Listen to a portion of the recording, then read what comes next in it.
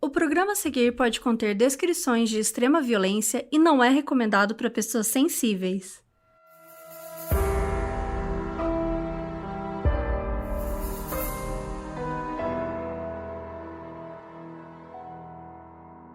Oi, eu sou a Carol Moreira. E eu sou a Mabê, e hoje a gente vai falar de um caso brasileiro que aconteceu no início dos anos 2000. Fará Jorge Fará era um médico de São Paulo que tinha formação em psiquiatria, mas que costumava atuar como clínico geral. Só que isso não parece ter sido o suficiente para ele, porque além disso, ele tinha uma clínica clandestina onde fazia cirurgias plásticas de maneira ilegal. Isso por si só já é um crime e é muito preocupante, mas as coisas não pararam por aí. Um dia na clínica, uma mulher morreu, e não foi por acidente, nem erro médico. Foi vingança.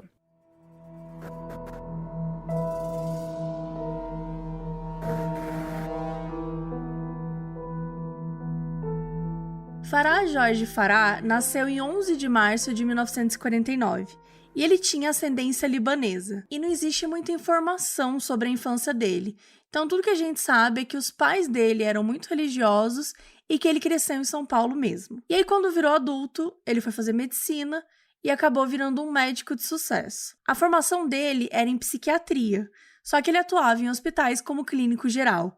Então ele se tornou um médico muito respeitado e cheio da grana. A impressão que as pessoas tinham do Fará, quando conheciam, era que ele era um cara normal. Nada nele chamava atenção, tanto positivamente quanto negativamente. Ao mesmo tempo, ele tinha uma aparência um pouco frágil, assim, ele era bem magrinho, e quando a gente começa essa história, ele já tá por volta dos 50 anos, e ele já andava de bengala, o que é um pouco jovem, pra uma pessoa tá andando de bengala, assim. Então ele já tinha essa fragilidade, assim, né? E ele era tido como uma pessoa reclusa, solitária, ele não tinha muitos amigos, ele tinha convivências diárias mais triviais, sabe? Tipo, ele conhecia o jornaleiro do bairro e conversava um pouco com ele antes de ir pro trabalho, aquela coisa, mas ele não tinha aquelas pessoas próximas, amigos, sabe? Que visitassem.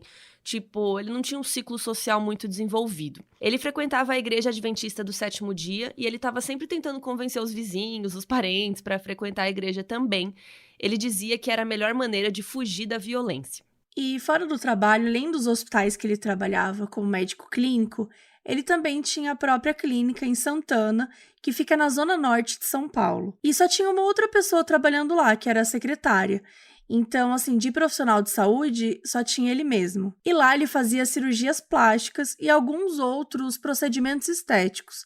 Só que, gente, ele não tinha nenhuma permissão para isso. E como vocês devem saber, cirurgia plástica é uma coisa cara, nem sempre é acessível para muita gente.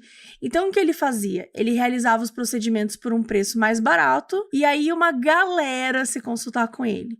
E como era muita gente, parecia que era compensador cobrar mais barato, porque ele continuava ganhando muito dinheiro. Tem relatos de que ele fazia cirurgia em pessoas com poucas condições financeiras, como, por exemplo, a esposa de um moço que era flanelinho na rua. E assim, gente, como a gente falou, zero autorização para realizar esse tipo de procedimento. O lugar não era equipado para isso. Um dentre vários problemas dessa irresponsabilidade dele é que quando você tem um procedimento que demanda anestesia, você precisa ter um especialista, também conhecido como anestesista.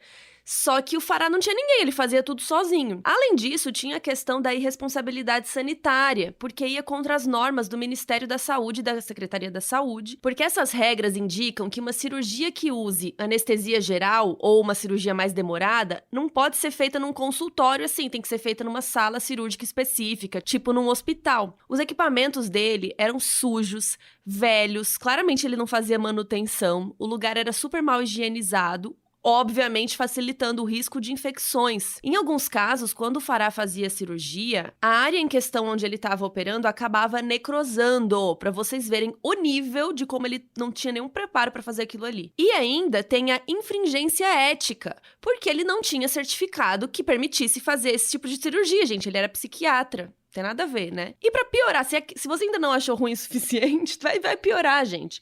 Ele não anestesiava os pacientes direito. Ele não tinha anestesista. Ele usava um sedativo chamado Dormonide, que pode até sim ser usado em anestesias. Mas qual que é o problema? O Dormonide por si só dá amnésia, ceda o paciente e tira a ansiedade.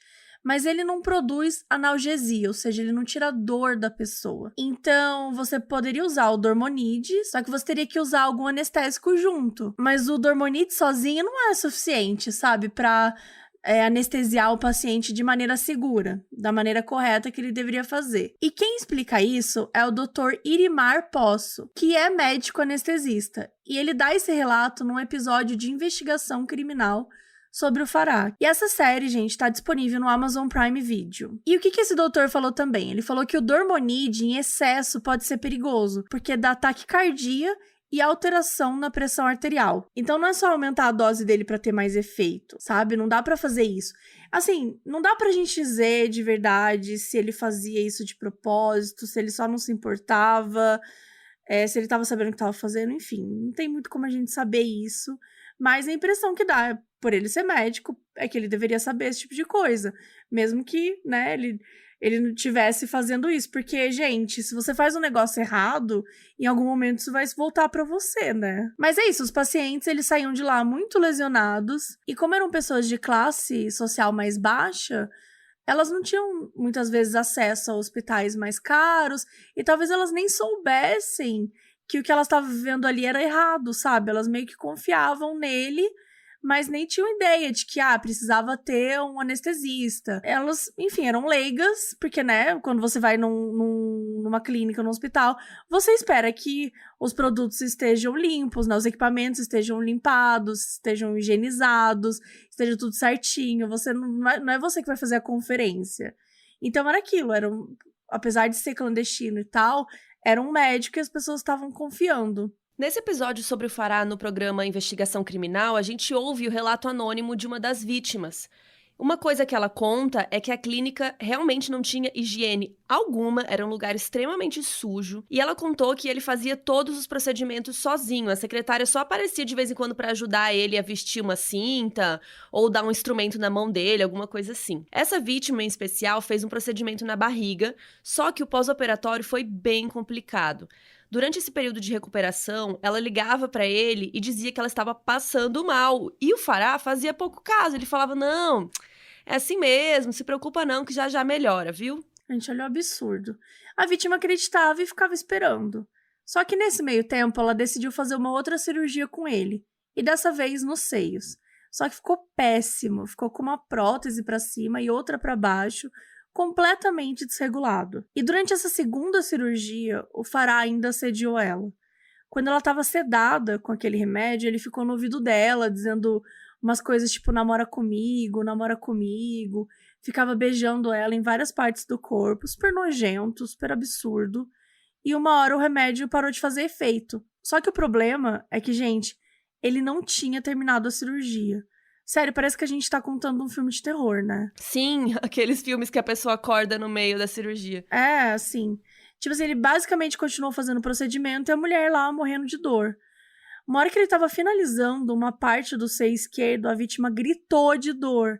Só que ela não soube descrever o que ele tava fazendo na hora, né, gente? Ela tava toda confusa, sofrendo, tendo, né, o seio exposto, aquilo tudo. Mas ela contou que até aquele momento que ela tava conversando com a produção da investigação, da série Investigação Criminal, ela ainda tinha dor constante no seio esquerdo, que isso nunca parou. E depois do procedimento, a vítima conversou com outras mulheres que faziam cirurgias com ele e todas disseram que tinham sido assediadas durante as cirurgias também. E aí entra uma questão muito íntima, né, gente? Que a gente sempre fala aqui do medo, receio de denunciar, principalmente se tratando de uma figura poderosa, né? Por mais que ele estivesse fazendo um procedimento clandestino ali, ele era um médico, sabe? Ele era mais velho, ele era renomado. Então acabou que essas mulheres não denunciaram ele. Só que essa vítima, ela decidiu que ela não ia ficar com os seios e com a barriga, né, tudo machucado, errado. Então ela foi falar com uma amiga dela que era casada com um médico. E aí a amiga viu, falou, nossa, o seu seio realmente tá horrível, tá mal feito, né? E além de, acho que da parte visual, né, toda aquela dor, tudo aquilo. Então ela levou ela num médico que era amigo do marido. E a vítima se consultou com esse outro médico e ele falou, olha, eu vou te pedir uma coisa, você nunca mais entre no consultório deste homem. Ela teve que fazer, gente, várias cirurgias na barriga pra remediar o estrago que o Farah tinha feito. Ela tinha feito 2 cirurgias na barriga e aí na terceira o médico falou que a barriga dela só ia ficar boa se descolasse a barriga inteira por dentro. Ai, gente, que desespero, sério. Eu fico tão desesperada com isso. É horrível. Então, eles foram lá fazer isso, começaram a descolar lá a barriga dela e olha só o que eles descobriram. Quando chegou no umbigo, o umbigo dela estava necrosado. Sempre que ela limpava o umbigo, assim, ela sentia que cheirava mal. E era por causa disso. E, gente, só foi piorando. À medida que foi descolando, o médico achou um dreno dentro da barriga dela.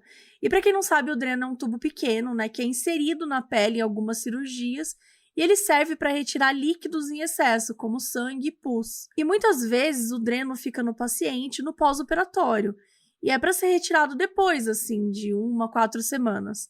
Mas sabe-se lá por que o Farah deixou o dreno lá na mulher por meses.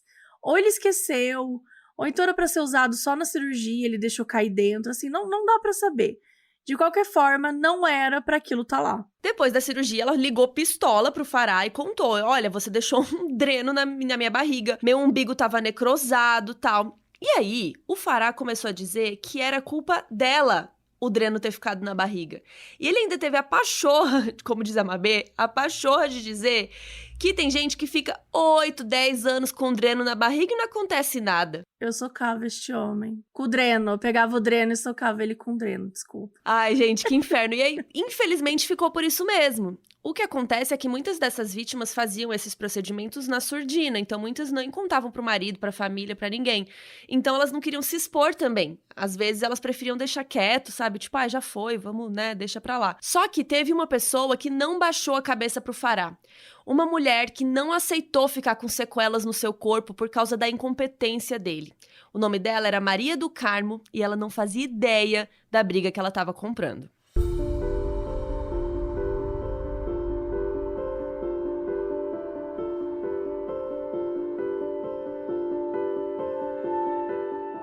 Maria do Carmo era uma dona de casa de 46 anos que morava no bairro Pari, que fica na região central de São Paulo. O marido dela se chama João Augusto Lima e era porteiro da transportadora Minas Goiás.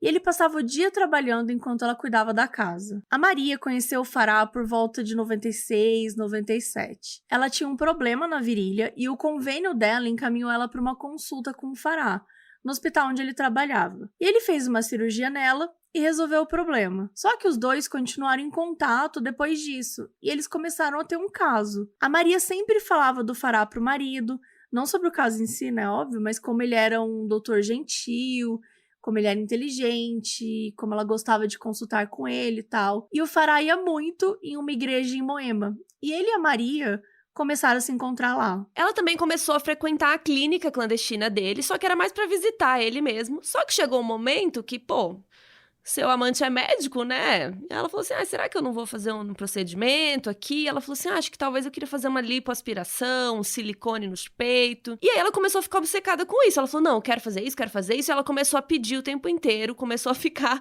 obcecada. Mas o João falava, gente, a gente não tem dinheiro, como assim? E aí eles acabavam brigando e tal. E, eventualmente, a Maria conseguiu que o Farah fizesse a cirurgia pra ela. A gente não sabe direito se ele deu um desconto aí pela amizade deles, entre aspas, ou se ele fez de graça, a gente não sabe, mas vocês já podem imaginar que a cirurgia não deu muito certo. Ela ficou com lesões no corpo e decidiu que não ia ficar por isso mesmo, não. Então ela deu 2 opções pro Farah.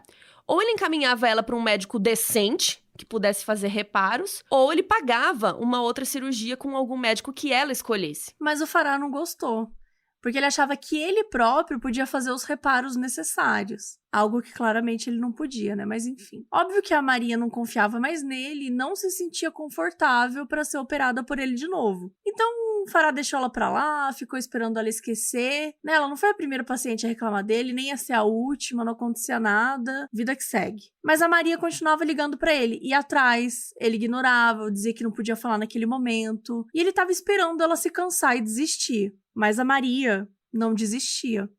Ela era uma pessoa insistente. Ela ligava de noite, todos os dias, até nos finais de semana.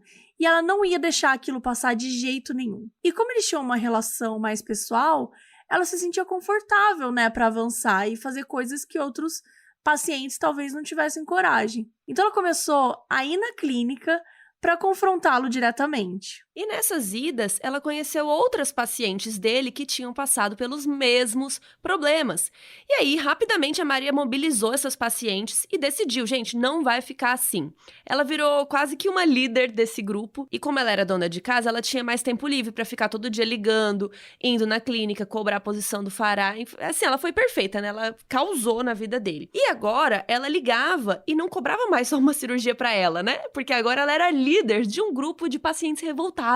Então ela cobrava pra todo mundo também. E aí, como vocês podem imaginar, né, o rolo deles já não devia estar mais rolando por causa disso. Nossa, eu falei, o rolo não devia estar mais rolando. É isso. E o Farah começou a achar que ela era uma louca, que ela estava perseguindo ele e ele queria ela bem longe dele. Então ele começou a registrar queixa na delegacia contra ela.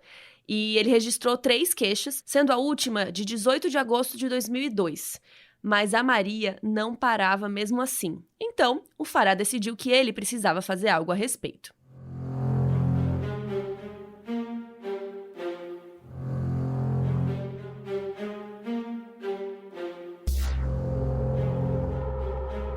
Um dia, o Farah ligou para Maria e pediu para ela ir lá na clínica para eles resolverem essa situação de uma vez por todas. Era uma sexta-feira, dia 24 de janeiro de 2003. O marido da Maria, o João, ele acordou às 5h30 da manhã, né, e saiu para trabalhar, como ele fazia todos os dias. Às 10 da manhã, a Maria do Carmo ligou para a transportadora onde o João trabalhava e falou com ele.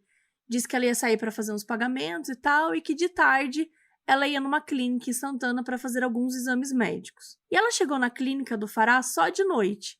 E aí foi atendida pela secretária que encaminhou ela para o Farah.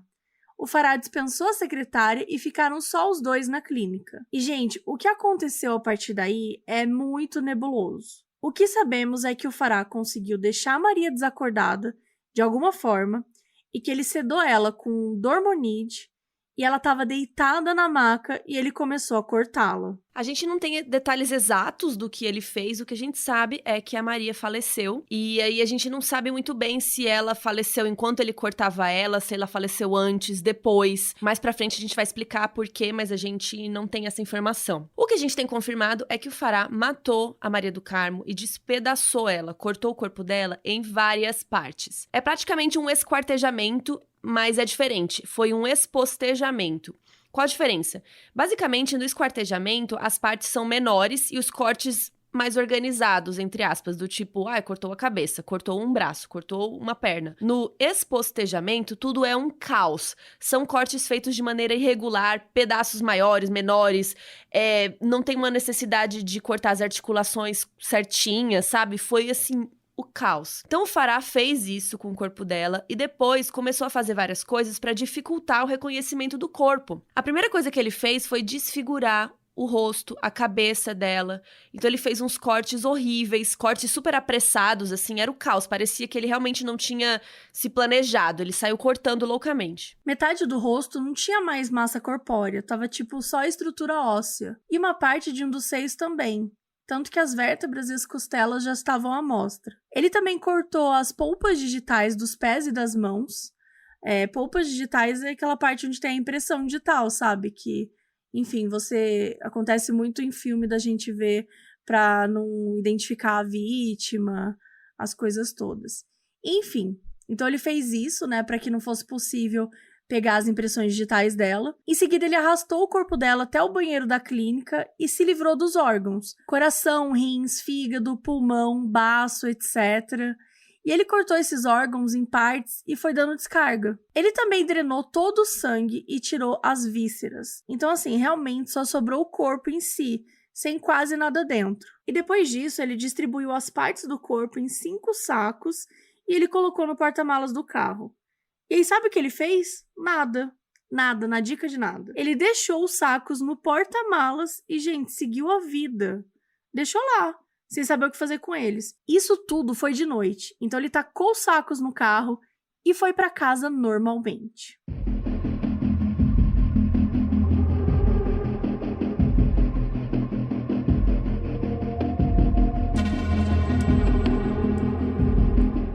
Nessa sexta-feira, o João chegou umas 8h30 da noite em casa, não encontrou a Maria, não conseguiu falar com ela, ficou um pouco preocupado, ligou para uns conhecidos, começou a procurar, até que ele foi ficando desesperado. E aí, no dia seguinte, no sábado, umas 11 da manhã, ele foi na clínica do Farah, porque ele lembrou que ela tinha falado que ia lá e tal. E vai que ele sabia de alguma coisa, né? Então, ele ficou batendo na porta sem parar. Ninguém atendia, mas ele sabia que o Farah estava lá porque ele viu o carro. Então, depois de 1 hora batendo na porta, o Farah abriu a porta e perguntou o que ele queria. Ou seja, ele estava ali o tempo todo, só ignorando. O João falou que a Maria tinha sumido, perguntou, né, se ele tinha visto algo, se ele sabia de algo.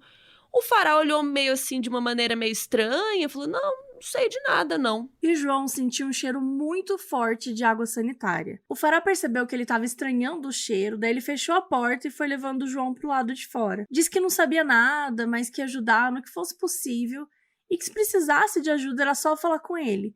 E ele pegou e anotou um telefone num papel e deu pro João. E o Farah falou tudo isso enquanto ia acompanhando o João pra fora, sabe? Tipo, sabe quando você tá com pressa, vai falando um monte de coisa enquanto anda? Pra nem dar chance da outra pessoa falar e responder e tal. Aí o Farah entrou no carro e foi embora pra casa dele. Enquanto isso, o João foi na delegacia e fez um boletim de ocorrência. E ainda no sábado, no fim da tarde, o Farah saiu de casa, deixou o carro na garagem e pegou um táxi. Ele foi para a clínica psiquiátrica Granja Julieta, que fica na zona sul de São Paulo. E sabe o que ele fez?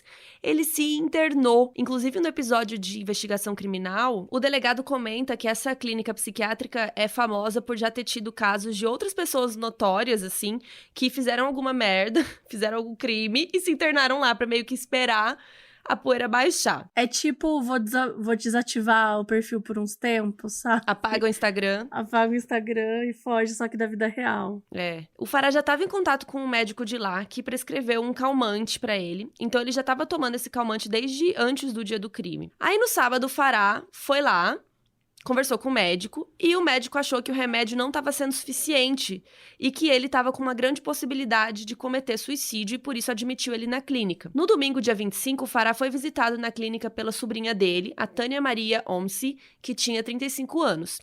Só que, quando ela foi lá, ele estava sob efeito de remédios. Então, ele estava bem grogue, né? Talvez por ser o primeiro dia, ele tomou bastante remédio, enfim. Mas o fato é que ele pegou as chaves do carro, deu na mão da Tânia, a sobrinha, e falou: "O carro tá no meu prédio. Olha no porta-malas a loucura que eu fiz."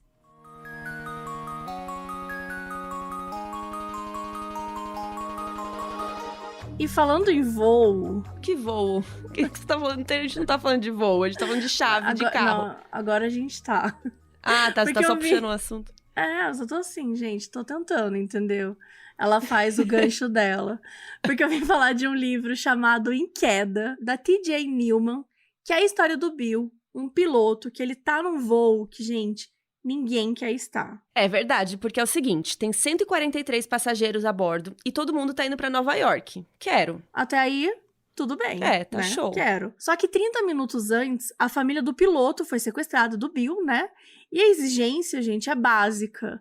Pra família sobreviver, todo mundo no avião tem que morrer. E aí, o que você faz? Gente, é tenso, né? Porque chega um e-mail pra ele da esposa Carrie, sem texto nenhum, só com uma foto anexada. Tá a esposa e o filho com um colete de bombas ao redor do corpo. Meu Deus, então vamos ler um trechinho pra gente pegar a vibe do livro.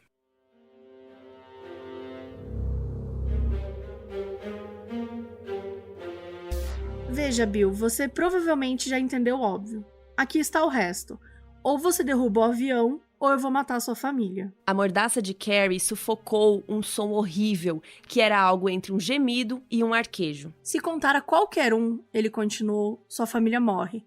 Se mandar alguém para sua casa, sua família morre. Trocando o detonador de mão, ele reiterou: "É simples, derrube o avião ou mato sua família. A escolha é sua." Ah! Meu Deus, Meu Deus! O que você faria, amiga? Eu derrubo, né? Foda-se. Não, brincadeira. Não, primeiro que eu não seria pilota de avião, Matou então eu não 140. estaria nessa situação. Tá O que vai tudo fazer? bem. Alguém vai me ligar e falar assim: "Carol, apaga esse vídeo do YouTube, ou eu mato a sua família. Apaga esse podcast." Ai, já paguei tudo, né? Eu não ia pagar o modus operandi, não. Já pensou se alguém te liga: "Apague o modus operandi ou eu mato Não seus apago. gatos"? Ah, não. Você mata os gatos? Não. Eu pelei com gato, né? Apelou muito. Mas a gente tem o backup de tudo, né? A gente apaga, Será aí que passa tem? uns meses. Olha, Carol, olha, melhor a gente ir atrás Eu disso, tenho, viu? eu tenho. É melhor ir atrás Ai, disso, que agora eu tô apavorada. não liguem pra Mabê falando isso, gente. Mas assim, a autora, ela trabalhou como comissária de bordo. Então isso é muito legal, porque ela consegue trazer toda a ambientação de dentro do avião, né? Porque ela tem a experiência, ela viveu tudo isso, ela sabe como é que funciona. E ela escrevia o livro durante os voos noturnos, a galera dormindo, ela lá. Então é isso que os comissários de bordo ficam fazendo? Eles ficam Exatamente, escrevendo escrevendo livros enquanto a livros. gente dorme? Inclusive, o livro faz diversas referências aos protocolos implementados após o atentado do 11 de setembro, que mudou totalmente a segurança lá nos Estados Unidos, né? E que tem tudo a ver com essa história. E é aquele tipo de história que você não sossega até entender o que vai acontecer. O que o Bill vai decidir? Eu não faria isso, eu faria aquilo. Não, e pra melhorar, teve os direitos comprados pela Universal Studios, então vai ter uma adaptação cinematográfica. Quero, urgente. Gente, vem aí. Então é isso, bora comprar o livro Em Queda, da editora Planeta. E é óbvio que a gente tem cupom para vocês usarem no site da Amazon. O cupom é MODOS15 e dá 15% de desconto para os livros e e-books. E o cupom é válido até o dia 20 de setembro. A gente vai deixar todas as informações dele na descrição do episódio e também no nosso site, modusoperandipodcast.com.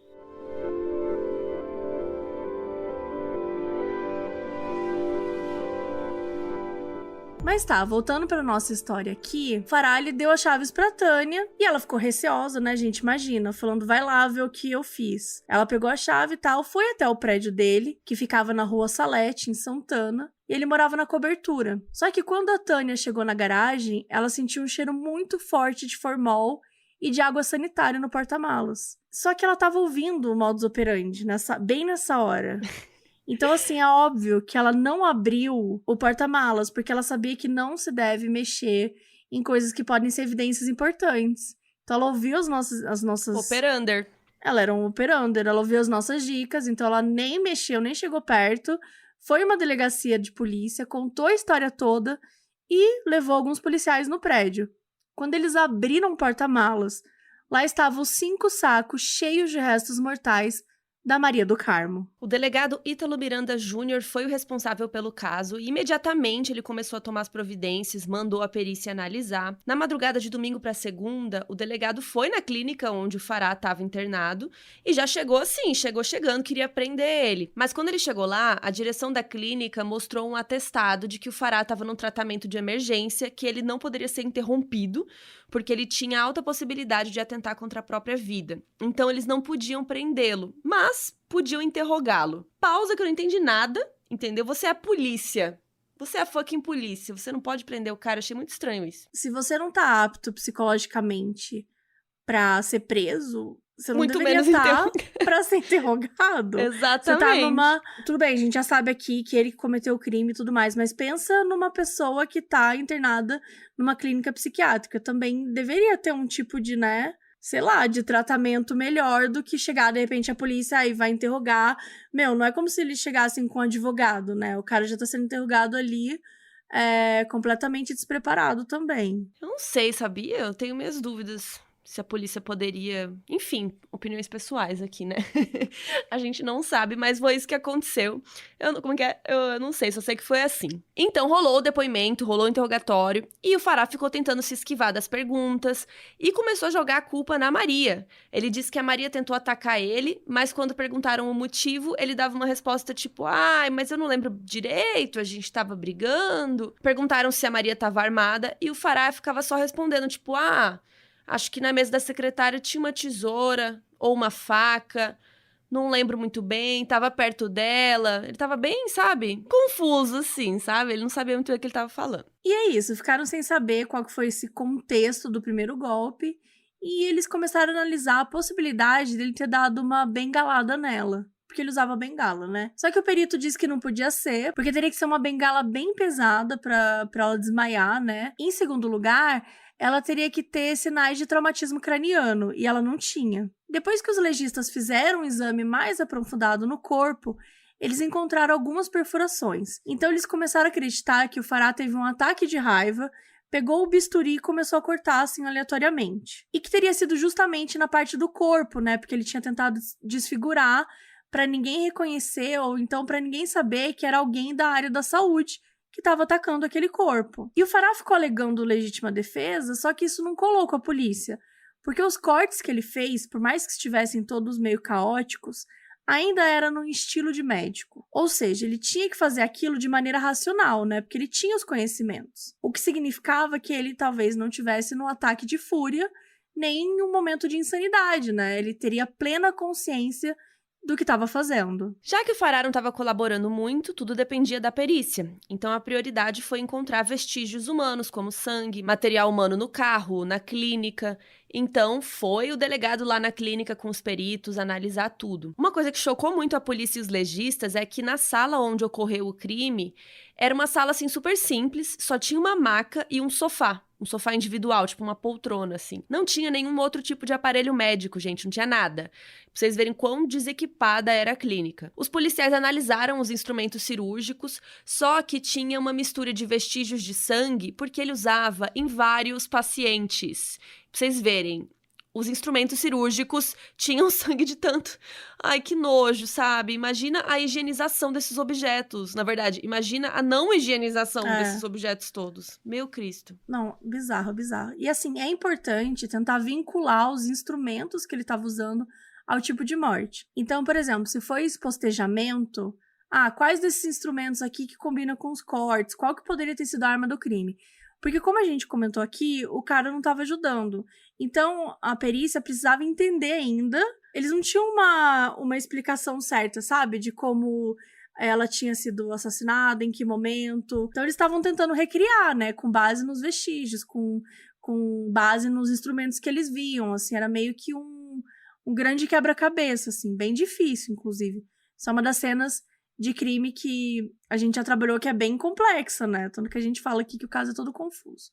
Mas, enfim, a primeira área que chamou a atenção da polícia foi a da banheira, porque a banheira era antiga e de ferro fundido esmaltado. Foi lá que ele lavou a vítima e dissecou ela, ele tirou todo o sangue dela. Só que essas banheiras, elas sujam com muita facilidade, e essa estava extremamente limpa, branquíssima. E os azulejos da parede também estavam super limpos, até o rejunte entre eles. Então, assim, isso parecia que aquela área tinha sido limpa de maneira super cuidadosa. E cada saco encontrado no carro tinha 5 ou 6 quilos. Se você juntasse tudo, daria uns 30, no máximo 40 quilos. Só que é estranho, porque a vítima tinha entre 50 e 60 quilos. Então foi aí que eles entenderam que o Farah tirou os líquidos e os órgãos dela para ficar mais fácil de transportar. A clínica estava tão limpa que, né, não condizia também com a qualidade dos serviços dele, mas eles usaram um reagente químico que faz aparecer onde já passou o sangue antes. Tipo aquelas coisas de filme, gente. O delegado falou no episódio de investigação criminal que ele acha que foi a primeira vez que usaram esse tipo de reagente no Brasil, ever.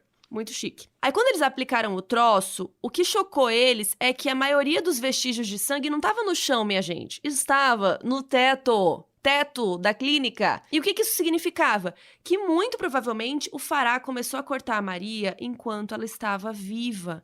Por quê? Isso significava que o coração dela ainda estava pulsando e a pressão sanguínea fez as artérias espirrarem sangue para tudo quanto é lado, principalmente o teto. O reagente indicava que as roupas e os lençóis estiveram no banheiro e cheios de sangue, e conseguiram comprovar que realmente era o sangue da vítima da Maria do Carmo. E os peritos, eles queriam procurar as vísceras dela, porque de acordo com o delegado, aquilo é como um depósito do corpo. É lá que ficam remédios, drogas, se foi injetado algo, fica tudo nas vísceras. Só que eles não conseguiram encontrar, então eles foram seguindo os vestígios, assim, que tinha lá com aquele reagente que eles estavam usando para ver sangue, e isso foi levando até o banheiro. O corpo foi arrastado até o vaso sanitário. E por ser prédio, era ligado ao esgoto público, então assim, não tinha como eles encontrarem mais essas partes.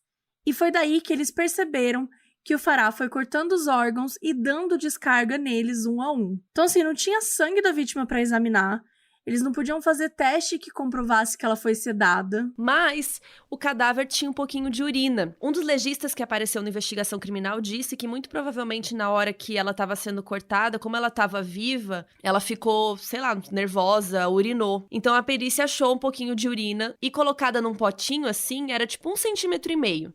Mas mesmo com esse pouquinho, eles conseguiram fazer um exame toxicológico que constatou que sim, ela tinha sido sedada com aquele remédio lá, o Dormonide, que ele sempre usava. Depois disso, eles souberam também que foi o Farah que ligou pra ela e mandou ela ir lá na clínica pra resolver a situação. Então, isso indicava premeditação, né? Ele tinha pensado já em matar ela. Ao fim da perícia, eles não conseguiram definir a causa exata da morte, porque como a gente falou, o corpo estava sem sangue, sem vários órgãos. O que eles definiram foi que sim, ela estava sedada e que o espostejamento foi feito após a morte.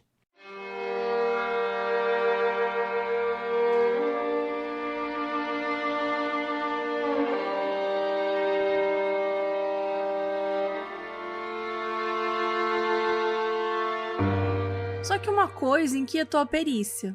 O trabalho de limpeza naquele lugar, gente, estava impecável. Não tinha uma gota de sangue em lugar nenhum. E era surreal mesmo que um único homem de 53 anos, que usava bengala, era frágil, né? Pudesse ter limpado o lugar inteiro em tão pouco tempo. Que no caso, teria sido durante o fim de semana. E o perito fala que a Maria não era assim magrinha, sabe? Ela era bem troncuda, ela era grandona. Já o Farah era muito magrinho. Então, fisicamente, ela tinha um porte físico mais forte que o dele. Então, assim, para conseguir dominá-la, o Farah realmente precisaria tê-la sedado de alguma forma. E aí, quando eles conseguiram fazer o exame toxicológico, né, isso foi confirmado que era o Dormonide que ele sempre usava. As roupas dela estavam na clínica, os documentos foram encontrados no apartamento dele. Então criou-se essa teoria de que ele teria pelo menos um cúmplice, talvez até 2. A perícia achou que era uma grande probabilidade dele ter tido ajuda tanto para conter a Maria, né, quando ele bateu nela para ela desmaiar e tudo mais, quanto para ter feito a limpeza inteira, tão perfeita no local. Gente, limpeza no teto. Tipo, era um tipo de limpeza que, assim, teria que ter uma equipe, sabe? Um negócio, assim, bem louco pra conseguir realizar. Ele sozinho não teria tido tempo e talvez nem condição física de fazer tudo isso sozinho. Ao todo, os depoimentos e a perícia levaram uns 10 dias. E a polícia definiu que a motivação para o crime era a cobrança que a Maria estava fazendo, né? Sobre os erros nas cirurgias dela e também das outras vítimas. Como demorou uns dias para eles descobrirem tudo, eles não tinham mais prazo para fazer a prisão em flagrante. A prisão em flagrante ela é mais prática, porque ela implica em você testemunhar que a pessoa cometeu um crime e já prende ela logo. Não precisa de toda a burocracia depois, de pedir mandado, de ir até a casa da pessoa e tal. E não existe um prazo oficial definido na lei para essa prisão em flagrante. Mais popularmente, existe esse senso comum de que ela deve ser feita em até 24 horas depois do crime cometido. E já tinha passado bastante disso. O que seria a prisão em flagrante no caso do Farah, por exemplo? Se ele tivesse saído da clínica com os sacos e alguém tivesse lá e viu, sabe, isso, e avisasse a polícia, poderia ser uma prisão em flagrante. Mas já tinham se passado alguns dias. Então, ao invés de focar no flagrante de homicídio, o delegado focou na ocultação de cadáver. Por quê? Esse é um crime permanente. Então, qualquer momento vale ser considerado flagrante. Então, em 10 dias, completaram o inquérito e solicitaram prisão preventiva por homicídio, mais flagrante por ocultação de cadáver. E deu certo. Então o Farah foi preso e ele teve direito a uma cela própria, porque ele tinha nível superior. E rapidamente o caso tomou conta das notícias. Até porque existe toda essa visão da medicina, os médicos têm aquele status social. Então, assim, você imagina um médico assassino, né, essa coisa. É a mesma lógica de quando a gente fala que, o Ted Bundy era bonito e as pessoas ficam chocadas, sabe? Então, essa coisa de, meu Deus, um médico foi preso, isso foi, assim, bombante em todas as notícias. E o delegado também acreditava que o Farah abusava sexualmente das vítimas enquanto elas estavam sedadas. E ele tem uma teoria de que até isso teria sido um motivador dele criar essa clínica, para abusar mesmo. Porque ele achava super estranho o médico atender praticamente de graça numa clínica privada. Não era como se ele estivesse trabalhando para o SUS. Então o delegado Ítalo acreditava que o grande foco do Farah era ter uma maneira de estuprar mulheres. Muitas das vítimas não constaram nos autos do processo, elas não queriam relação nenhuma com aquela história. Porque ou elas já tinham feito cirurgia há muito tempo, já tinham resolvido as lesões em outros médicos, ou porque elas não tinham contado para a família, ou por vergonha, como a gente comentou aqui, né? Elas não queriam se associar e serem, mais uma vez, violentadas, né? Tipo, pela mídia, por um monte de gente em cima e tudo mais. Uma coisa que a polícia não acreditava de modo algum era nesse envolvimento amoroso entre o Farah e a Maria do Carmo. Eles achavam que o grande objetivo da Maria perseguindo o Farah era realmente a compensação das cirurgias e das outras mulheres e tudo mais. O delegado Ítalo até comentou que esse caso entre eles nunca foi comprovado oficialmente. E para o delegado também era um ponto que o João, o marido da Maria, não sabia de nada a respeito. Mas assim, cá entre nós, o João ia ser o último a saber, né? Tipo, você não conta pro seu marido à noite, hoje passei o dia inteiro com um médico lá transando. Ninguém fala isso. Exato.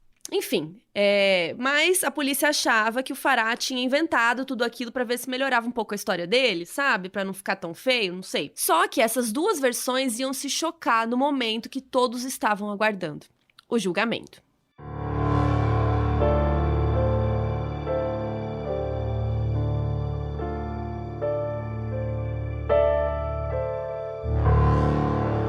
O Farah ficou preso desde o início de 2003, esperando o julgamento. Só que ele estava em prisão preventiva, e aí os anos foram se passando e ele continuava preso. Quando chegou em 2007, o Supremo Tribunal Federal concedeu um habeas corpus para ele. O juiz responsável disse que o único motivo que o Farah continuava preso foi por causa da comoção social que o caso gerou, que foi super noticiado, etc., que se fosse uma pessoa desconhecida que cometeu o crime, não ia ter ficado preso esse tempo todo. Ao todo, ele passou 4 anos e 4 meses esperando o julgamento, preso. Só que como o julgamento estava demorando muito para ser marcado, ele ganhou o direito de esperar em liberdade.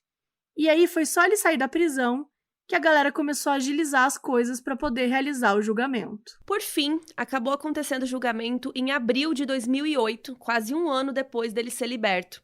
O Farah foi oficialmente acusado de homicídio duplamente qualificado, vilipêndio e ocultação de cadáver. As qualificadoras para ele ser duplamente qualificado foram motivo torpe, que é aquele motivo eticamente questionável, e recursos que impossibilitaram a defesa da vítima. Obviamente, ela estava sedada, estava lá jogada numa mesa, ela não tinha como se defender. O que é vilipêndio? É quando tem algum desrespeito a um cadáver. Então, violação, profanação, qualquer ato que você faz contra um corpo. E no caso do Farah, ele tinha desfigurado todo o cadáver e tal. Só o vilipêndio sozinho pode dar 1 a 3 anos de prisão. E a ocultação de cadáver é pelo motivo óbvio, né? Ele escondeu os corpos no saco, ele deu descarga para se livrar de algumas partes e tal. Ao todo, o julgamento teve 22 testemunhas, 10 de acusação e 12 de defesa. E o promotor do caso foi o Alexandre Marcos Pereira. O objetivo principal era mostrar que o Farah tinha plena noção do que estava fazendo quando ele cometeu o crime. Queria impedir ele de usar a cartada do "eu tive um surto, não era eu na hora". Por isso ele ficou focando bastante no fato de que o Farah tinha anestesiado a Maria do Carmo primeiro e só depois começou a fazer aquele tanto de desfiguração no corpo dela. E o promotor argumentou que o Farah era muito teatral, que ele acreditava estar dentro do filme Atração Fatal. Gente, mais uma vez, a gente traz o Michael Douglas aqui. Mais um filme. Mais uma vez, a gente traz um filme do Michael Douglas aqui. Pra quem não sabe do que a gente tá falando, quando a gente fala de Don't Fuck With Cats, a gente também falou sobre Michael Douglas. Tem lá na Netflix, no canal do YouTube da Netflix, uma série que a gente fez, uns videozinhos pra Netflix. Vale muito a pena assistir. Videozinhos?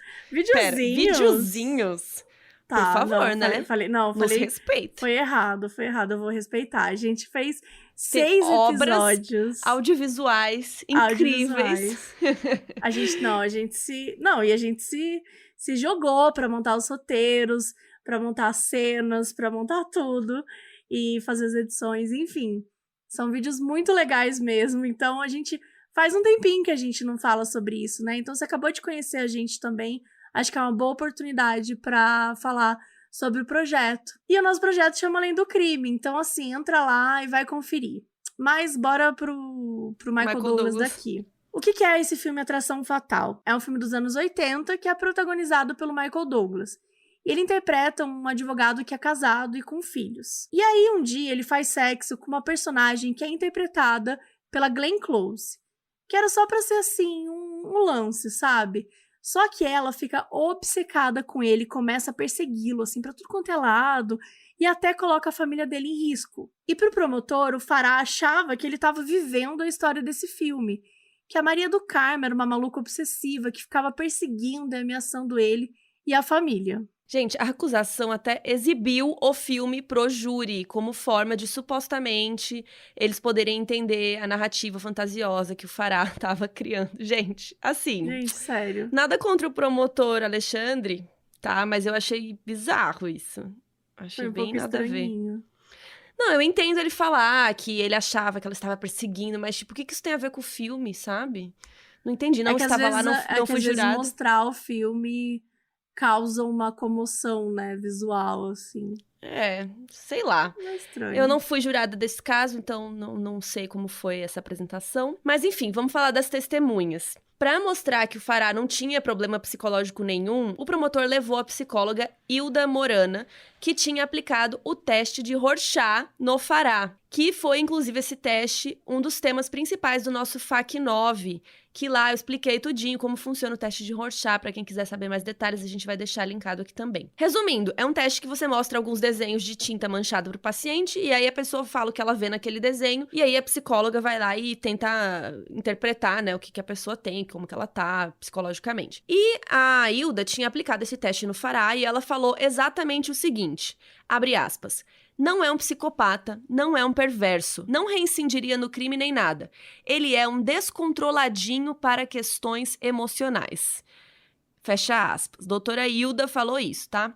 Basicamente, ela não achava que ele tinha alguma questão que tirasse a sanidade dele. Ainda nessa parte da saúde mental, teve um psicanalista e perito criminal, o Carlos Alberto de Souza Coelho. E ele interpretou que o Fará tinha mommy issues, ou seja, problemas com a mãe, e que isso acarretou em todos os comportamentos problemáticos dele com as mulheres que ele conhecia. E o cara falou que era muito simbólico o Fará ter desfigurado o corpo da Maria do Carmo, que era um jeito de desconstruir a figura feminina, assumir o controle e se libertar da própria mãe. E apesar de ter sido chamado pela acusação, ele também disse que não achava que o Fará estava consciente durante o crime, que sabia que o que estava fazendo era errado, mas que ele não conseguia controlar os impulsos. E que na hora do espostejamento, né, em si, ele não teria consciência alguma. Outro testemunho importante da acusação foi o João, o viúvo da Maria do Carmo. O nome dele é João Augusto de Lima. Ele falou no tribunal que ele não tinha conhecimento nenhum desse caso aí entre a Maria e o Fará e que ele nem acreditava nesse envolvimento amoroso. Ele disse que era uma estratégia do Fará para se defender. Porque ele falou, cara, quem traz sai de casa, dorme fora, fica dando umas desculpas esfarrapadas, e que a Maria nunca tinha feito isso. Aliás, um parênteses é que o João acabou se casando de novo, nessa época do julgamento ele já tava com outra esposa, né, se passaram alguns anos. E ainda na parte da acusação foi exibida uma gravação que a polícia tinha conseguido, que era o trecho de uma conversa entre o Fará e a Maria. Então a gente vai ler aqui pra vocês, eu vou ler as partes do Fará e a Mabê vai ser a Maria. Então o Fará disse... Que gozado, no meu Bina aparece o seu celular. Olha o horário, eu não vou te ligar de madrugada, você me chamou de louca? Eu não te chamo de louca, não dá bola pra quem fala. A pior coisa do mundo é quando uma pessoa fica ouvindo o que a outra fala. Se te falarem, deixa entrar por um ouvido e sair pelo outro. A gente não vai brigar. Então a gente faz isso, eu tô ocupado. Eu vou voltar e te ligar amanhã, domingo ou segunda, tá bom? Você me liga, eu vou sair, mas não vou aí. Eu queria que você viesse aqui em casa um dia, mesmo se o João estiver aqui. O João mora aí? Se você vier, ele não vai fazer nada. Ele é muito simples, gosta de você. Todo mundo gosta dele. O João paga o aluguel, mora aqui, mas eu não tenho mais nada com ele. Vamos nos ver hoje? Eu te ligo. Você é misterioso. O Gugu, meu gatinho, tá te mandando um beijo. Você me acha gorda? Você não tá muito gorda. Quanto você pesa? 66 quilos. Precisa emagrecer 8. Bem devagar, senão vira pelanca caída. Gente... Que porra de ligação é essa? Sério. Bizarra essa ligação. Mas enfim, pela ligação, dá a entender que eles tinham uma relação, porque era tudo muito pessoal, né? Então, assim, não foi uma ligação pra falar da cirurgia que ele tinha que fazer, nem nada. E por último, mas não menos importante, uma das decisões mais espertas da acusação foi trazer 4 ex-pacientes da clínica do Fará pra testemunharem contra ele. Lembra que a Maria, né, era líder, tinha conhecido outras pacientes e tal, e até tava cobrando... a galera tudo. Enfim, são essas pacientes aqui que conheciam ela. Todas elas falaram sobre como ele fez um estrago no corpo delas durante as cirurgias e também sobre os abusos sexuais que sofreram dele. O procedimento padrão dele era o seguinte: primeiro ele deixava as pacientes anestesiadas e depois ficava falando, sacanagem no ouvido delas, mexendo nas partes íntimas. Uma das pacientes falou que não tinha certeza de que tinha sido abusada, porque ela achou que ela estava delirando com a anestesia. Que não era uma anestesia também, né? E foi só depois do assassinato da Maria que ela voltou a pensar sobre tudo isso. E ela foi conversando com outras pessoas e elas todas juntas perceberam que tinham passado pela mesma coisa. Agora vamos falar sobre a parte da defesa. O advogado do Farah foi o Roberto Podival, que quem é ouvinte frequente já ouviu esse nome aqui, gente. Porque ele é o mesmo cara que defendeu o casal Alexandre Nardoni e Ana Carolina Jatobá, no caso da menina Isabela Nardoni, que a gente trouxe aqui no podcast também. E como vocês podem imaginar, a maior parte da defesa se baseou em atestar que o Farah não tinha matado a Maria do Carmo de maneira consciente, e sim que ele teria tido um surto emocional, que ele não estava pensando direito, essas coisas. Mas isso não colou, porque a psicóloga, que testou ele, estava do lado da acusação. Então a defesa resolveu partir para o argumento da legítima defesa. E usaram o fato de que o Farah já tinha chegado a fazer BO contra a Maria e ficava explorando essa ideia que ela era uma amante louca, obcecada, que perseguia ele. O advogado falou que pelo registro que eles tinham catalogado, a Maria tinha ligado para o Farah um total de 2.750 vezes, e que isso se classificava como perseguição. Entre as testemunhas da defesa que corroboraram essa história de perseguição estavam 2 ex-secretárias do Farah e a sobrinha dele, a Tânia Mara, que foi a primeira pessoa que ele contou, que foi lá abrir o carro, a operander que a gente falou. As secretárias falaram que a Maria sempre congestionava as linhas telefônicas da clínica, porque ela ficava o dia inteiro ligando, e também que ela ia muito na clínica, quase sempre para fazer escândalo. E que era muito comum a Maria gritar, ficar gesticulando, enquanto o Farah era super calmo e cordial com ela. E já a sobrinha, a Mara Tânia, falou que a Maria deu um jeito de descobrir o telefone dos familiares do Farah e tal, e que começou a ligar para eles também, para importunar. Diz que ela ameaçava todo mundo, que ela era grossa e que parecia instável emocionalmente. A sobrinha ainda falou que o marido da Maria, o João, sabia de tudo, que ele sabia do caso, que ele e a Maria estavam juntos nessa, e que ele até tinha participado de algumas ligações. Só que o João negou tudo isso, Ele disse que não sabia nem do caso, quanto mais ajudar a ameaçar alguém. E outra coisa suja que o advogado Roberto Podival fez foi tentar descredibilizar as ex-pacientes que testemunharam contra o Farah. Ele deu um show de misoginia, inferindo que era muito suspeito as pacientes terem demorado tanto tempo para falar sobre os abusos. Ficou dando a entender que elas estavam mentindo e que só queriam se aproveitar da situação para conseguir algo. O Farah testemunhou também e disse que ele tinha relações amorosas com 2 dessas 4 ex-pacientes. Ele falou isso como se fosse diminuir o fato de que foi abuso sexual, Como se, por ele ter tido um envolvimento com algumas delas, anulasse o fato que elas foram violadas sem permissão quando estavam anestesiadas. Pausa aqui, pelo amor de Deus. Você se relacionar com uma pessoa não dá o direito a ninguém de encostar no teu corpo. Eu namoro tal pessoa. Quando eu tô dormindo, ou se eu estou anestesiada numa maca. Não. A pessoa nunca pode te tocar sem que você deixe, sem consentimento. É um absurdo usar um tipo de argumento desse, ainda mais falando, elas demoraram tudo isso. Será que é mesmo abuso? Que é literalmente o que a gente sempre fala aqui, sobre tá sempre descredibilizando. Então, como que você consegue lutar contra esses casos de abuso se é sempre essa mesma palhaçada, sabe? Descredibilizando, falando que é mentira, que quer aparecer. Que mulher que quer aparecer falando de abuso, gente? Pelo amor de Deus. É um absurdo.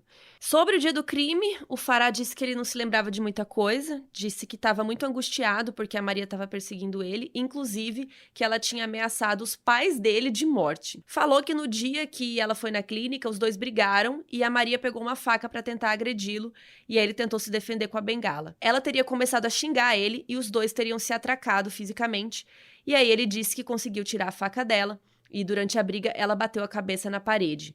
E ele falou que depois disso, ele não se lembrava de mais nada.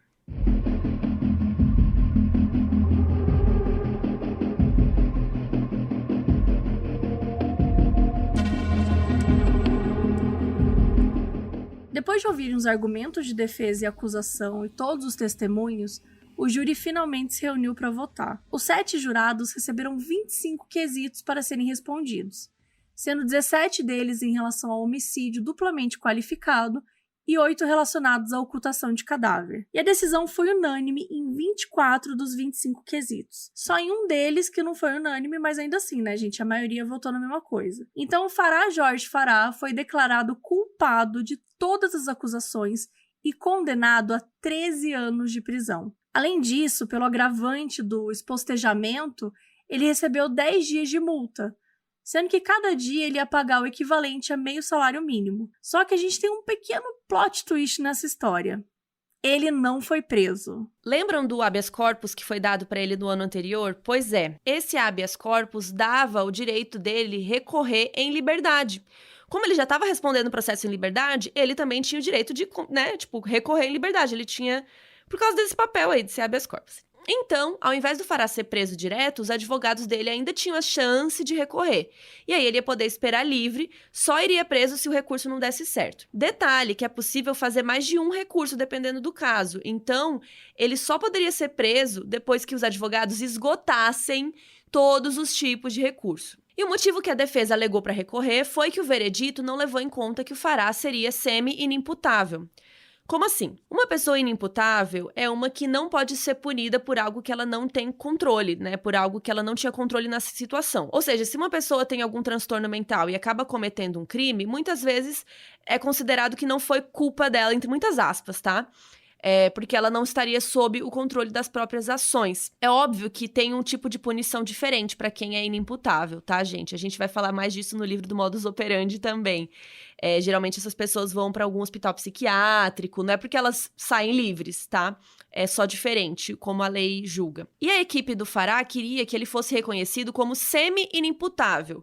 Então, assim, que fosse, mais ou menos, na hora do crime ele não estava muito em condições, entendeu? Ele não sabia. Porque durante as testemunhas, como a gente citou, teve um perito que falou que o Farah sabia que o que ele estava fazendo era errado, mas que ele talvez não conseguisse parar, né? Então é como se fosse um meio termo. E a defesa usou disso. Então foi isso, gente. No fim, o Farah saiu pela porta da frente, a defesa recorreu e ele teve direito de aguardar em liberdade. E a acusação, né, pistola, Marcia Clark aqui, pistola, nesse dia. O promotor falou que aquilo era um absurdo, que o juiz tinha pego leve demais e tal, ao definir a quanto tempo que ele seria condenado. Que o que rolou é que o juiz aplicou o tempo mínimo permitido por lei, que era 12 anos para homicídio, e 1 ano em multa de 10 dias para ocultação de cadáver. E o juiz respondeu que ele preferiu definir a pena sem se deixar levar pela comoção social que tinha tomado conta do caso. Falou que como foi algo que foi exposto na mídia, as pessoas queriam sangue, queriam justiça, aquela justiça sanguinolenta, né? Queria uma pena longuíssima. E aí o juiz se justificou assim. E assim, o Farah Jorge Farah voltou à sua vida normal. Mesmo tendo sido liberto, o Farah teve a licença médica cassada por motivos óbvios. Ele não tinha mais permissão para praticar medicina. Então ele resolveu simplesmente fazer outra faculdade. Primeiro ele tentou cursar filosofia na USP, mas ficou pouco tempo lá, e depois ele começou a fazer geriatria, também na USP. Para quem não sabe, a geriatria é uma ala da medicina voltada especificamente para idosos, com doenças ligadas ao envelhecimento e tudo mais. Antes era uma área da medicina, então tinha especialização em geriatria e coisas assim, mas atualmente já existe a faculdade inteira de geriatria. E o Farah entrou em uma das primeiras turmas de geriatria da USP, desde que o curso foi criado. Ele pegou bem no comecinho do curso. E por ser outra faculdade, né, mesmo tendo várias coisas de medicina, como tinha sido criado um curso separado, é considerado outra profissão. Por isso que ele pôde cursar mesmo com a licença cassada. E o que aconteceu é que ele entrou nesse curso em 2010 e ele ficou até 2012, 2013 mais ou menos. Ele não completou. E a gente conseguiu aqui exclusividade para vocês. A gente conseguiu entrar em contato com um rapaz que ele estudou com o Farah na faculdade, foi colega de sala dele durante esses anos de geriatria. E hoje esse rapaz ele já é geriatra formado. Ele aceitou dar um relato pra gente de como o Farah era na faculdade. Então a gente vai criar um nome fictício pro entrevistado. Vamos chamá-lo de João. Então o João e o Farah entraram no mesmo ano no curso, que foi em 2010. O João se formou em 2015 e o Fará saiu no meio. Quando ele soube que ia estar na mesma sala de uma pessoa que cometeu um homicídio, assim, o João ficou bem chateado, né? Ficou meio estranho. Mas com o tempo ele aceitou, principalmente depois que ele conversou com a mãe dele. E a mãe dele disse que ele não era Deus para julgar. E eu achei bem interessante isso. Tanto na sala de aula quanto nos corredores, o Fará era bem reservado, quieto, uma pessoa super introvertida. O João achou que talvez isso fosse por ele ter medo do preconceito que ele ia sofrer e tal. Ele era bem calmo, sempre falava com um tom de voz baixo, mansinho.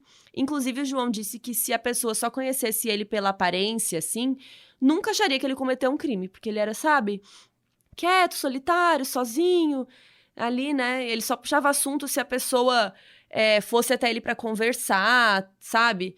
Ele não tinha muitos amigos, assim, ele não chegava a ser isolado, mas ele não tinha muitos amigos. E é óbvio que tinham várias piadas de alunos sobre ele. Por exemplo, no restaurante da faculdade, sempre tinha alguém falando: ah, hoje o cardápio é picadinho, e o Fará que fez. Faziam piadas desse tipo. Mas do próprio curso de geriatria, isso não rolava muito. Pelo menos não que o João tivesse visto. Tinha uma brincadeira entre os colegas de que sempre que ia ter uma apresentação de algum trabalho, todo mundo sabia exatamente o tema que o Fará ia falar, sobre a mídia. Mesmo sendo um curso de saúde, ele sempre dava um jeito de falar disso nos trabalhos, sobre como a mídia podia destruir a reputação de uma pessoa antes do julgamento. E o João disse que ele se considerava uma das pessoas mais próximas dele, que eles fizeram vários trabalhos juntos e conversavam bastante mesmo, normalmente até fora da sala, nos corredores, etc. O João é uma pessoa tímida e tem vergonha de puxar assunto, mas quando estava com o Fará aos poucos começava a puxar assunto com ele também, e eles foram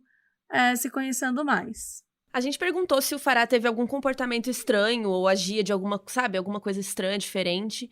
E o João falou que teve uma vez que foi mais marcante, que eles tinham feito uma prova e o Fará tirou uma nota mais baixa. Então ele ficou parado, olhando pro nada, tipo um tempão, assim. Aí o João foi lá do lado dele e falou assim: tá tudo bem? Aí o Fará disse: eu não sei de mais nada. Levantou e saiu. Tem uma outra situação que não foi estranha, mas que foi bem desconfortável pro João, e ele comentou que foi uma vez que ele e o Fará estavam conversando e, de alguma maneira, o Fará levou a conversa pro fato dele ter perdido a licença médica. E aí ele começou a dizer que tinha esperança de um dia voltar a praticar medicina, que ele queria que o Conselho Regional de Medicina voltasse atrás e desse a licença dele de volta e tal. E que percebessem que ele não fez nada que feriu a ética médica. Bem nessa hora, um professor dele estava passando, ouviu essa parte da conversa, aí o professor olhou bem no olho do Fará assim e falou: nada antiético, né? Então tá bom. E saiu. Torta de climão. Gente, climaço, né? Mas enfim, agora vamos falar da parte que o Fará citava ou comentava sobre o que aconteceu na faculdade. O João disse que ele falava disso o tempo todo. Sempre que surgia a oportunidade, o Fará mencionava. É como se ele estivesse meio desesperado para contar para as pessoas a versão dele dos fatos. Como o João tinha comentado antes, o Fará sempre gostava de falar da mídia, assim, nos trabalhos e tal, ele sempre tentava puxar esse assunto. Então, ele acreditava que o Fará meio que tinha uma urgência para mostrar que ele não era aquele assassino frio que a mídia tinha divulgado. E ele sempre comentava que ele tinha sido seduzido pela Maria do Carmo, a mulher que ele matou. Que eles conheceram porque ela tinha um problema na virilha e tinha que fazer consulta e tal. E essa parte é verdade mesmo, a gente até contou. Só que o Fará falava que ela ficava provocando ele nas consultas, que o fácil era ela ir de vestido, que era só levantar e tal, para ele poder conferir a virilha e tal, que era mais prático. Mas que ela sempre ia de calça, então tinha que tirar tudo. E que ele interpretava isso como uma tentativa de sedução, gente. O absurdo que é um médico falar isso. Porque pra ele tinha aquele momento, que nem nos filmes, que a pessoa tirava a roupa bem lentamente e fica vendo se outra pessoa tá olhando. Ele falava que ela sempre se virava pro lado, assim, meio que o bumbum dela ficasse virado pra ele, sabe? E o Fará contou pro João que eles tiveram relações sexuais algumas vezes, sim, mas que depois ela ficou descontrolada. Disse que ela começou a perseguir os pais dele, que ia na igreja que eles frequentavam e sempre sentava atrás deles em qualquer banco que eles escolhessem. E ele comentou que fez 8 boletins de ocorrência contra ela. E sobre o assassinato em si, o Farah sempre falava as mesmas duas coisas, que foi legítima defesa, que a Maria foi pra cima dele com uma faca, que ele tava só tentando se defender, e falava que ele teve um surto, que ele não lembrava de nada daquele momento e que assim que a consciência dele voltou, ele contou pra sobrinha. E o João também contou que uma vez tinha um trabalho de grupo com 5 pessoas e na hora que eles se reuniram, o Farah começou a contar a versão dele da história, desde que ele conheceu a Maria do Carmo e tal, até o julgamento. E aí vários colegas sentaram para ouvir também, e ele foi narrando para a turma inteira a versão dele. E ele ia respondendo as perguntas de todo mundo. Qualquer coisa que perguntassem, ele explicava do ponto de vista dele. E que teve um detalhe, que lembra que no julgamento teve uma psicóloga que testemunhou contra ele e falou que ele não tinha nenhum problema psicológico e tal, que ele era meio descontroladinho. O Farah tinha muito ódio dessa mulher, então sempre ele dava um jeito de mencioná-la com raiva, como se ela tivesse reduzido ele a esse adjetivo. Isso até que faz sentido, né? Porque ela foi uma pessoa que destruiu a narrativa dele, de que ele tinha tido um surto ou coisa assim. O João também contou pra gente mais informações da vida do Farah e algumas percepções que ele teve, assim. O Farah demonstrava muita saudade da vida que ele tinha antes, porque ele tinha uma vida super luxuosa. Uma vez ele contou pro João como ele tava com saudade do apartamento antigo dele, que era enorme, que ele conseguia ver a Zona Sul inteira. E ele falou assim uma vez, cara, eu ia no mercado, comprava caviar, já comprava torrada e comprava até a faca e ia comendo dali mesmo. Ele tinha um carro antigo de colecionador que era uma réplica de um Porsche, só que ele perdeu os documentos, então ele deixou lá sem poder usar. E, gente, o que aconteceu com todo esse dinheiro? Foi embora. Porque o Farah contou pro João que só para ele ser atendido pelo advogado, ele teve que desembolsar R$500 mil. Meio milhão. E quando ele foi preso, ele fez uma procuração para os parentes, né, administrarem os bens e as finanças dele. E segundo o João, segundo o Farah, ele levou um perdido da própria família. E que depois, quando ele saiu da prisão, o dinheiro dele tinha sumido. E ninguém sabia explicar para onde foi, com que foi gasto. E o maior arrependimento que o Farah mostrava era em relação aos pais dele. Os pais faleceram quando ele estava cumprindo pena lá naquele espaço entre 2003 e 2007. E não poder ter cuidado deles na velhice era a maior tristeza do Farah.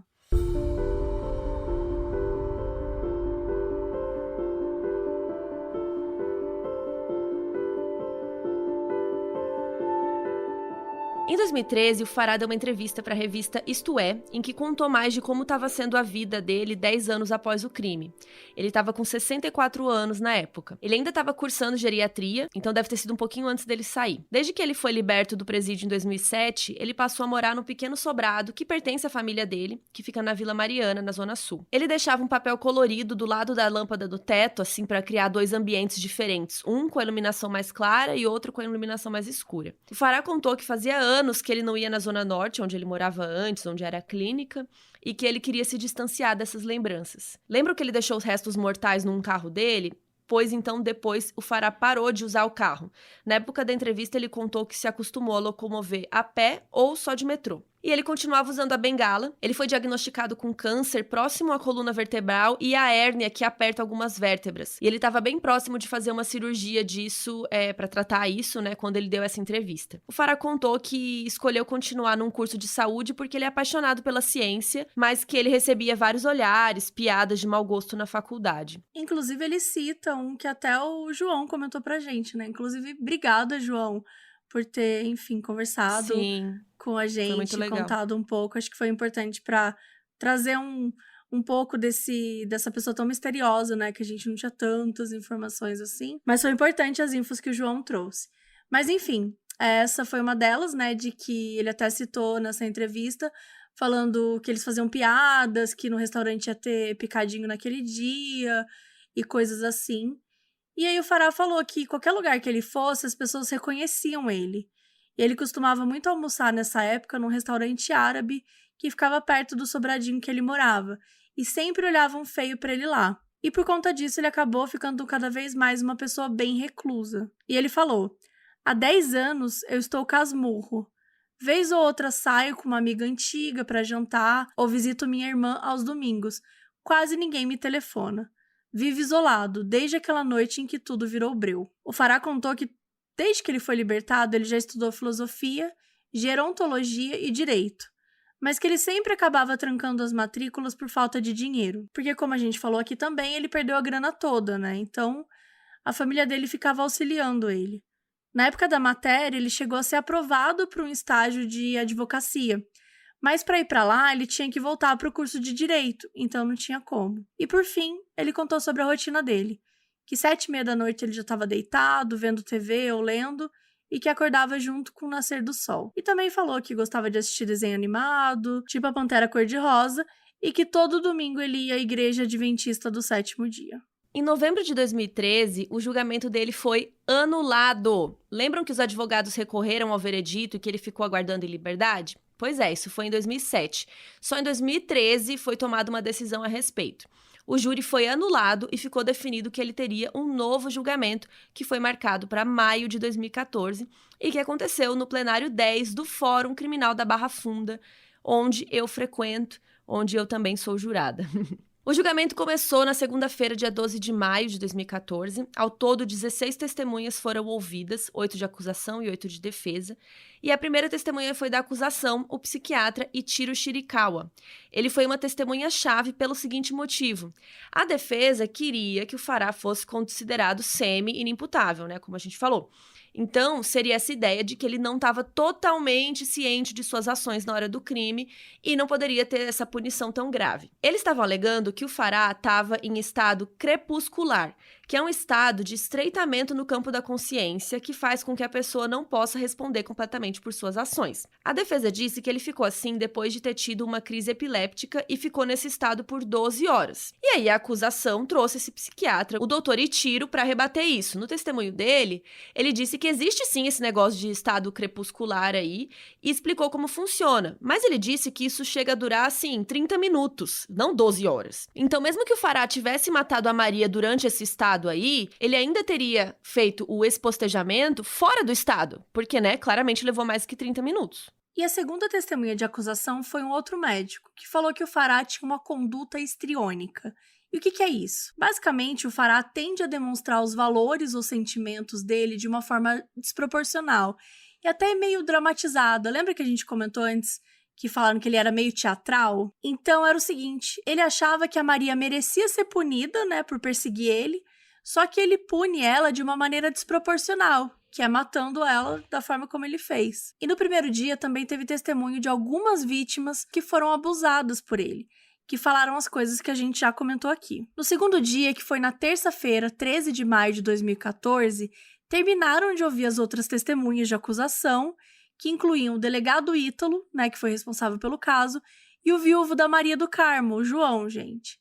E aí, à tarde, já começaram a ouvir as testemunhas de defesa. E aí, no dia seguinte, quarta-feira, 14 de maio, eles acabaram de ouvir todas as testemunhas e finalmente ocorreu o interrogatório do próprio Farah. Primeiro ele respondeu perguntas do juiz e depois dos promotores e por último da defesa. E aí na quinta-feira, no dia seguinte, foi o último dia do julgamento. Rolou um bate-boca, gente, rolou um debate entre a defesa e a acusação. Aquela coisa que a Carol já trouxe, né, gente, no FAQ, aqueles momentos que eles começam a brigar. Aquele momento que você quer pegar pipoca, a galera fica tretando, é maravilhoso. E aí de noite acabou o julgamento e o júri foi mandado lá para decidir tudo.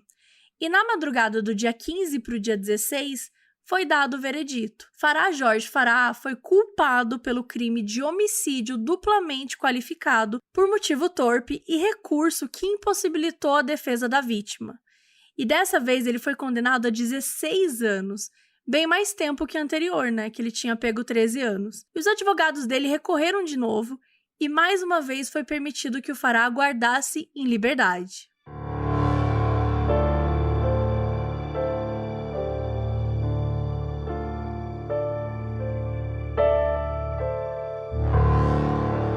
Mas alguns anos se passaram enquanto o Farah esperava o recurso em liberdade. Ele continuou morando no sobrado lá na Vila Mariana, ficou super recluso.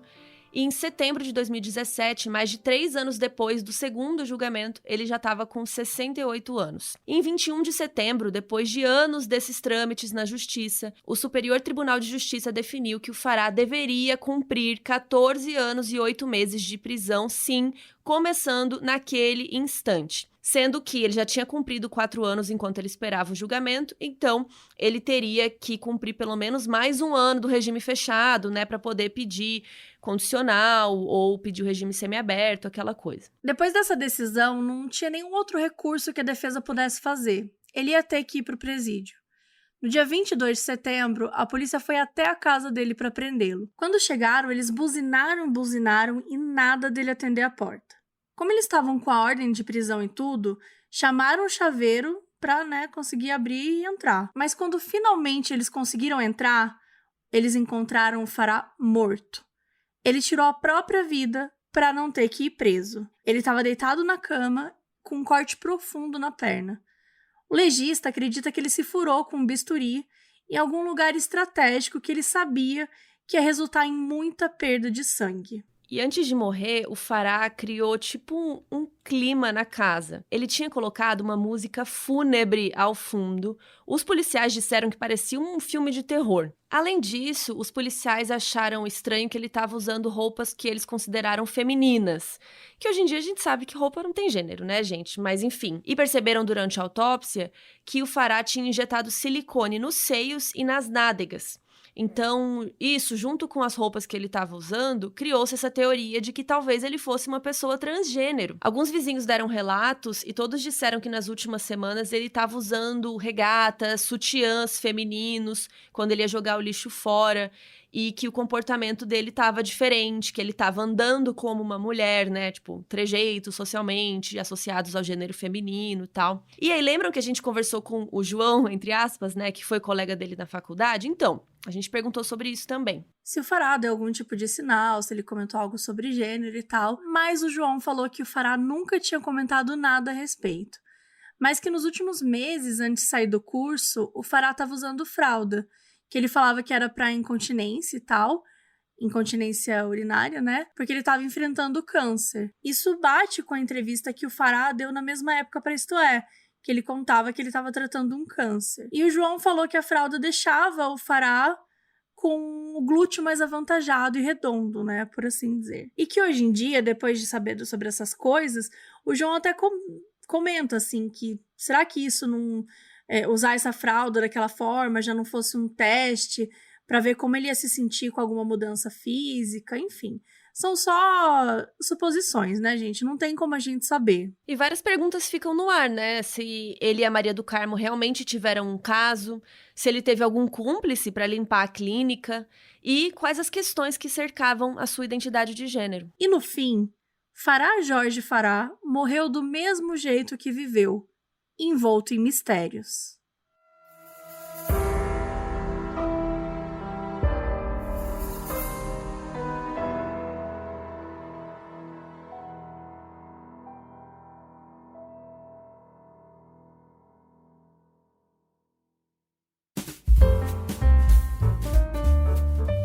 Olá, você operander fiel que chegou até aqui os últimos segundinhos de episódio, pois agora você vai receber alguns mimos de erros de gravação das meninas.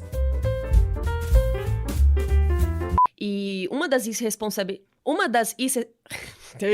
irresponsabilidades. Uma dentre várias irresponsabilidades. Irresponsável. Desculpa. Que nem você foi agora. É. Então ele usava um sedativo. Ai, Nath. Sedativo. Eu acho que eu vou ficar aquecendo enquanto você fala. Oi? Quê? Hã? Pelo amor de Deus, coloca isso nos erros de gravação. Vai lá, é o Jonas. O quê? O João disse que ele farava. Então, mesmo que o Farah tivesse matado a Maria durante esse estado, ele ainda teria realizado o espojamento fora do estado crepuscular. Espostejamento. O que eu disse? Espojamento. Puta. Esponjamento. No dia 22 de setembro, a polícia foi até a casa dele para prendê-lo. Quando chegaram, buzinaram. A Mabê saiu da ligação. Buzinaram. Puf, caiu. A Mabê caiu, pessoal.